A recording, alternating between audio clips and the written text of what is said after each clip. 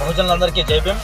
మన BC reservation కోసం సాయి కిషోర్ అన్న గారు ఆత్మహత్య చేసుకోవడం అనేది చాలా బాధాకరమైన విషయము.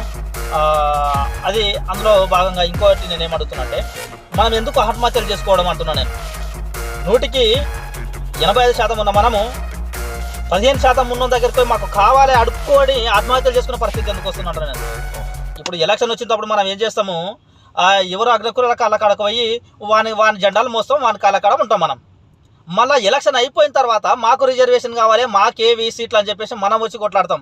కానీ జనరల్లో మనలు నామినేషన్ వేస్తే మనం గెలిపించలేం, మన చేత కాదు. పోయి వాని దగ్గర తాగాల, వాని దగ్గర తినాలా, వాని గెలిపించాలా. ఇది మన బుద్ధి. మళ్ళీ తర్వాత మనమే రోడ్డు మీదకి రావాలి.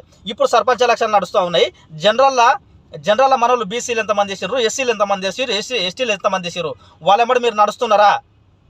మీ ఊర్లో ఉన్న దొరలకు, మీ ఊర్లో ఉన్న రెడ్లకు, మీ ఊర్లో కరకరలకు మీరు భయపడి వీళ్ళెమ్మడి తిరిగారు, ఓట్లు వాళ్ళకేసారు. మళ్ళీ ఓట్లు అయిపోయిన తర్వాత మళ్ళీ మీరే వచ్చి మాకు రిజర్వేషన్ కావాలి, మేమెంతో మాకు అంత అని చెప్పేసి రోడ్ల వెనుక వస్తారు.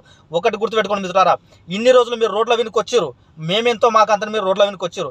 మీకు ఇప్పుడు మీకు ఒక అవకాశం వచ్చింది. వాళ్ళ దగ్గర మనం అడుకునేందుకు మనం గుద్ది గుంజుకోవాలి. గద్దరన్న చెప్పిండు, బానిసరారా లెండిరా, బాంచన్ బతుకులు వద్దురా, అడక తింటే మన ఆకలి తీరదు, గుద్ది గుంజుకుందామరా అన్నాడు మన గద్దరన్న.